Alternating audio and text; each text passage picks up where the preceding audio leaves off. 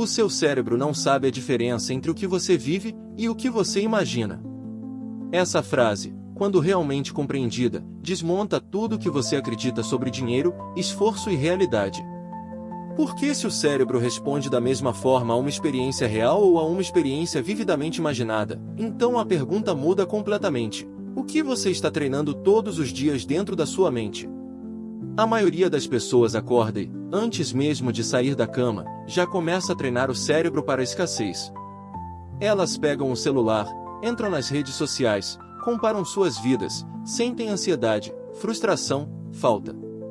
Sem perceber, estão reforçando um estado interno que diz ao corpo: isso é quem eu sou. E aqui está o ponto crítico. O cérebro não cria o futuro, ele réplica padrões. Ele só executa programas. Programas mentais. Programas emocionais. Programas que foram instalados ao longo da vida e que hoje operam no automático, como um software rodando em segundo plano. Então, se isso for verdade, e a neurociência mostra que é, por que tantas pessoas continuam treinando o cérebro para sobreviver, quando poderiam estar treinando para prosperar? Por que continuam reforçando pensamentos que as mantêm presas ao passado, quando poderiam estar instalando o futuro? Isso não é sobre motivação. Não é sobre pensamento positivo. Não é sobre repetir frases vazias na frente do espelho. Isso é sobre reprogramação neurológica e emocional, sobre ensinar o cérebro e o corpo a operar a partir de um novo estado de ser. E daqui a pouco você vai entender algo crucial. Por que tantas pessoas trabalham duro, se esforçam, fazem tudo certo, e mesmo assim nunca se sentem dignas de receber? O problema nunca foi o dinheiro. O problema sempre foi a identidade. A pergunta não é como ganhar mais dinheiro. A pergunta real é: como uma pessoa abundante pensa automaticamente? Por que pessoas abundantes não fazem força para pensar diferente, elas simplesmente pensam? É natural. É o padrão interno delas. Pensamentos não são apenas ideias soltas. Pensamentos são impulsos elétricos que criam conexões no cérebro. Quando um pensamento é repetido com atenção e intenção, ele literalmente se transforma em hardware neurológico. Ele deixa de ser um pensamento e vira um circuito. Com o tempo, esse circuito se torna uma nova voz na sua cabeça. Uma voz que passa a orientar suas decisões, suas reações, suas escolhas. Essa voz não pergunta se você acredita nela. Ela apenas comanda. Isso é o que chamamos de software mental. A maioria das pessoas até tem pensamentos positivos ocasionais. Mas pensamento ocasional não cria identidade. Só aquilo que você pensa repetidamente, com envolvimento emocional, é que molda quem você se torna. É por isso que pessoas abundantes enxergam oportunidades onde outros veem problemas. Não porque elas pensam positivo, mas porque o cérebro delas foi treinado para buscar expansão, não sobrevivência. Mas aqui está o detalhe que quase ninguém entende: pensamento sozinho não muda nada. Se o corpo não acredita, o programa não instala.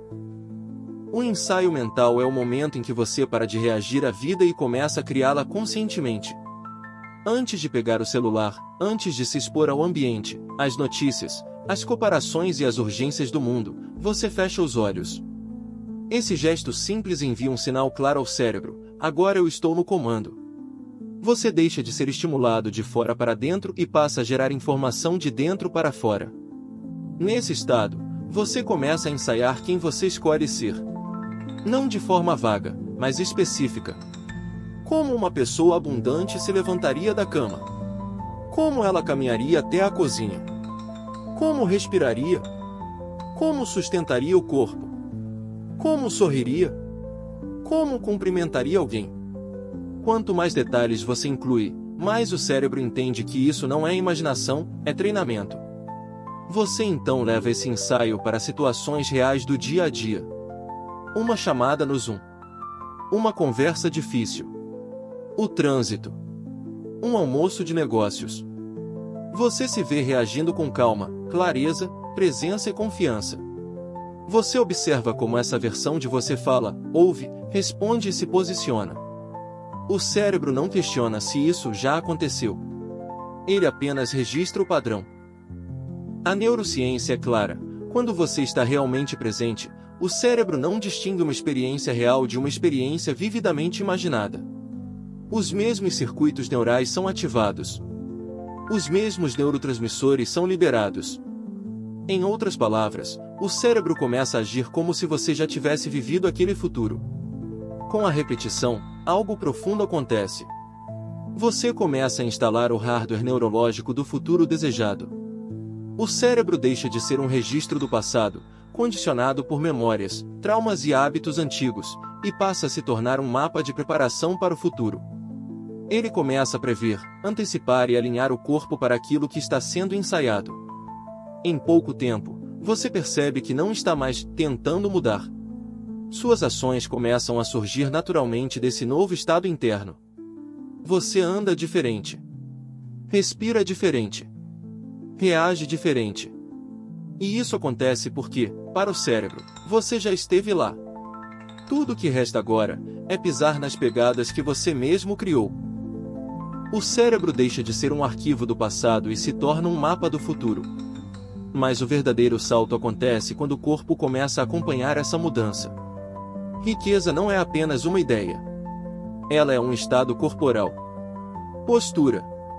Respiração. Presença. Energia. Pessoas abundantes ocupam espaço de forma diferente, sem esforço consciente. Por isso o processo é semelhante a aprender um esporte, tocar um instrumento ou dançar. No começo, é estranho. Artificial. Mas a repetição cria familiaridade. Cada ensaio reforça o circuito. Cada repetição condiciona o corpo. O corpo começa a reconhecer aquele estado como seguro, possível, natural. Com o tempo, você não está mais tentando ser abundante. Você está sendo. E o corpo não questiona aquilo que se tornou habitual. Mas então surge a pergunta inevitável: se isso é tão lógico, por que as pessoas continuam presas à falta? Uma crença não é algo abstrato, espiritual ou místico. Uma crença é, na prática, um pensamento que você continuou pensando tantas vezes que ele se tornou automático. No início, foi apenas uma ideia. Depois, virou um hábito mental. Com o tempo, deixou de ser um pensamento consciente e passou a rodar no fundo da mente, como um programa invisível. Mas o pensamento sozinho não cria uma crença. O que fixa esse pensamento no sistema nervoso é a emoção associada a ele. Emoções são o combustível das crenças. Elas dizem ao cérebro: isso é importante, isso precisa ser lembrado. Quanto mais intensa a emoção, mais forte será a impressão neurológica deixada por aquele pensamento.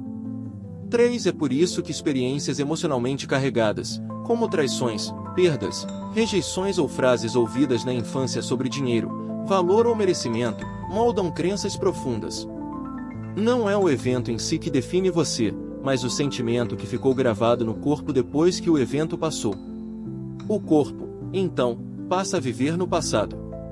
Mesmo quando o ambiente muda, o sistema nervoso continua reagindo como se aquela antiga experiência ainda estivesse acontecendo. A pessoa não responde ao presente, ela responde à memória emocional que carrega dentro de si. Com o tempo, essa repetição cria um ciclo fechado: o pensamento ativa a emoção reforça o pensamento. Esse ciclo condiciona o corpo, treina a subconsciência e transforma aquela crença em um estado automático de ser. A partir daí, a pessoa passa a interpretar a realidade apenas de uma forma que confirme aquilo que já acredita. É por isso que mudar uma crença não é apenas pensar diferente. É sentir diferente. Enquanto a emoção antiga continuar ativa no corpo, o cérebro continuará editando a realidade para provar que aquela crença está certa. Você não reage ao presente, você reage ao que ainda vive dentro de você. Sempre que você tem um pensamento, o corpo responde com uma emoção. E sempre que essa emoção surge, ela influencia o próximo pensamento. Esse vai e vem constante entre pensamento e sentimento cria o que chamamos de humor. Um bom humor não é nada além de uma sequência de pensamentos positivos acompanhados de sentimentos elevados. Um mau humor é apenas o oposto disso. O problema não é ter um humor passageiro. O problema começa quando esse estado se prolonga. Quando você permanece dias, semanas ou anos no mesmo padrão emocional, esse humor deixa de ser algo temporário e passa a se tornar um estado de ser. E quando um estado de ser se repete por tempo suficiente, ele se transforma em identidade. Identidade é, portanto, um estado de ser automatizado. Você não acorda e escolhe conscientemente quem será naquele dia. Você simplesmente age, reage e decide a partir desse estado interno que já está programado.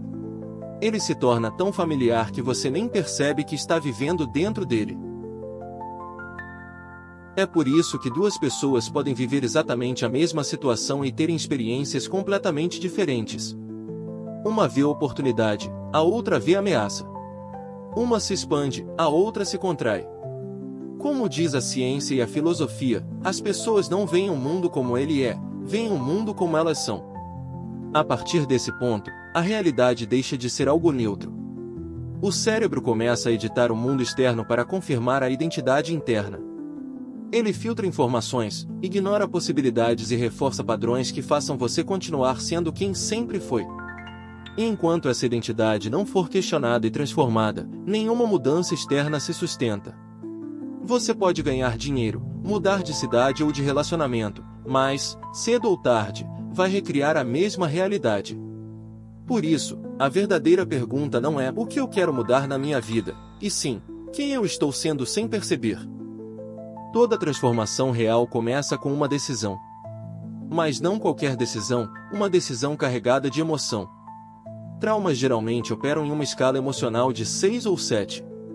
Para superá-los, a decisão precisa ser mais forte. Quando a emoção da escolha supera a emoção do passado, o corpo começa a responder à mente. Esse momento cria uma memória de longo prazo. Você se lembra exatamente onde estava, com quem estava, quando decidiu mudar. O cérebro registra, e isso importa. E aquilo se torna um ponto de virada. Nesse instante, você não está mais lembrando do passado. Você está começando a lembrar do futuro. Existe uma verdade simples, mas poderosa: você só acredita no passado porque sente as emoções do passado. Cada vez que você revive uma lembrança carregada de emoção, o corpo responde como se aquele evento estivesse acontecendo novamente. Para o sistema nervoso, aquilo ainda é real. E é exatamente por isso que o passado continua se repetindo. Da mesma forma, você só pode acreditar em um futuro quando começa a sentir as emoções desse futuro agora. O futuro deixa de ser uma ideia distante e passa a ser uma experiência interna presente. Sem emoção, o futuro é apenas um conceito. Com emoção, ele se torna uma realidade em formação. Quando você sente o futuro antes que ele aconteça, algo profundo ocorre no corpo. É como se o sistema nervoso recebesse um gosto do que está por vir. O corpo começa a se ajustar, a se alinhar, a se organizar em torno dessa nova informação. Você não está mais esperando, você está se preparando. Neurologicamente, não há diferença entre lembrar de algo que já aconteceu e lembrar de algo que ainda vai acontecer, desde que a emoção esteja presente. Os mesmos circuitos neurais são ativados. A mesma química cerebral é produzida. Para o cérebro, sentir o futuro é o mesmo que já tê-lo vivido. Esse é o verdadeiro salto quântico, quando sua energia muda antes da experiência. Nesse ponto, você sai do campo da espera, da carência e da separação. Você entra em um estado de coerência entre cérebro e coração, onde pensamento e emoção estão alinhados com a mesma intenção. E quando isso acontece, a realidade começa a responder.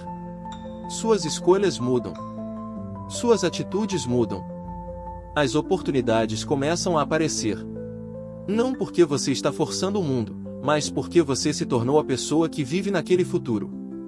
Quando você muda sua energia, sua vida não tem outra opção a não ser mudar junto. 95% de quem você é hoje é hábito. Pensar diferente significa morrer simbolicamente. O desconforto surge porque você está saindo do conhecido para o desconhecido. A velha personalidade tenta voltar através da reclamação, do ressentimento, da culpa. Mas isso não é sobre dinheiro. É sobre abandonar quem você não é mais. Toda vez que você escolhe diferente, enfraquece o velho programa e fortalece o novo estado de ser. Quando as pessoas dizem que querem dinheiro, na verdade elas estão tentando dar nome a um sentimento. Ninguém acorda pensando em números na conta bancária por si só. O que as pessoas realmente desejam é o que acreditam que o dinheiro vai proporcionar: alívio, segurança, liberdade, tranquilidade, prazer. No fundo, o desejo nunca foi o dinheiro, sempre foi o estado interno. Abundância, portanto, não é possuir mais. É sentir-se completo. É acordar sem aquela sensação de falta constante, sem o aperto no peito, sem a ansiedade de estar sempre correndo atrás de algo. Quando a plenitude está presente, o impulso de querer diminui. E isso muda completamente a forma como você cria a sua realidade. Existe um paradoxo poderoso aqui: muitas pessoas extremamente ricas vivem em profunda miséria emocional. Elas têm tudo que o mundo chama de sucesso, mas não conseguem desfrutar de um pôr do sol, de uma refeição simples ou da presença de quem amam. Isso acontece porque acumular não preenche um vazio interno. O que as pessoas realmente querem é liberdade. Liberdade de escolher, de dizer não, de viver no próprio ritmo. Liberdade de estar com quem querem, fazer o que querem, quando querem. E essa liberdade não começa fora. Ela começa quando você deixa de depender emocionalmente das circunstâncias para se sentir bem. Quando você se sente pleno, algo curioso acontece: você para de querer desesperadamente. E quando o querer desaparece, a criação se acelera. Porque você já não está mais operando a partir da carência, da separação ou da comparação. Você está operando a partir da suficiência.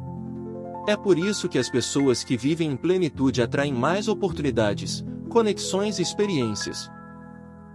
Não porque estão tentando, mas porque não estão faltando. Quando você não quer nada, você está inteiro. E quando você está inteiro, o campo responde. Pessoas verdadeiramente abundantes se comportam de forma diferente diante da perda. Isso não significa que elas não sintam impacto ou frustração, mas significa que não colapsam emocionalmente. Para elas, perder dinheiro não é perder identidade. O valor pessoal não está amarrado ao resultado momentâneo. Quando algo é perdido, a mente abundante não entra imediatamente em medo, culpa ou autopunição. Ela entra em observação. A pergunta muda de por que isso aconteceu comigo? Para o que isso está me ensinando? Esse simples deslocamento já retira a pessoa do estado de vítima. É por isso que pessoas abundantes raramente ficam presas ao apego material. Elas entendem, consciente ou inconscientemente, que dinheiro é efeito colateral de uma identidade alinhada, não a causa dela. O dinheiro vai e vem, mas a capacidade de criar permanece. Um ponto essencial aqui é compreender que o verdadeiro ativo não é o dinheiro, e sim a sintonia com oportunidades. Muitas pessoas dizem: eu tenho uma ótima ideia, só preciso de dinheiro. Mas o abundante entende que, se a mente está alinhada, oportunidades aparecem, conexões surgem e os recursos se organizam. O apego excessivo ao dinheiro revela medo. Medo de perder, medo de não conseguir de novo, medo de não ser suficiente. Já o desapego não é descuido, é confiança. Confiança de que, independentemente do cenário, a pessoa sabe se ajustar, aprender e recriar. Por isso, quando algo desaparece da vida de alguém abundante, a reação é mínima. Não porque não importa, mas porque não define. A lição fica: a identidade se fortalece e o fluxo continua. Você pode perder o dinheiro, mas não perde quem você se tornou no processo. Em algum momento, você precisa parar de esperar que algo aconteça para então se sentir diferente. Essa lógica, quando isso mudar, eu mudo, é a raiz da carência. Enquanto você espera o evento, você continua vivendo na separação. O futuro nunca chega para quem está emocionalmente preso ao presente que não gosta. O que muda tudo é inverter a ordem, sentir agora quem você escolheu se tornar. Ensaiar. Treinar. Repetir. Ensinar o cérebro e o corpo a operarem a partir desse novo estado. Não porque você acredita cegamente, mas porque você decidiu participar do experimento. Lembre-se, o cérebro não sabe se é real. Ele só responde à repetição com emoção. Então, cada vez que você fecha os olhos e ensaia, cada vez que escolhe reagir diferente, cada vez que interrompe o velho padrão, você está literalmente escrevendo um novo futuro no sistema nervoso. Talvez, enquanto você ouvia isso, algo tenha feito sentido em um nível mais profundo. Talvez uma frase, uma ideia, ou uma sensação no corpo. Se isso aconteceu, não ignore. Pausa um instante depois do vídeo, e escreva nos comentários qual foi o ponto que mais mexeu com você. Esse simples ato fixa o aprendizado no cérebro. Você não precisa concordar com tudo, nem entender tudo agora. O importante é observar quem você está sendo enquanto vive sua vida. Se essa pergunta ficou ecoando, volte a ela nos próximos dias. E se fizer sentido, retorne a este vídeo.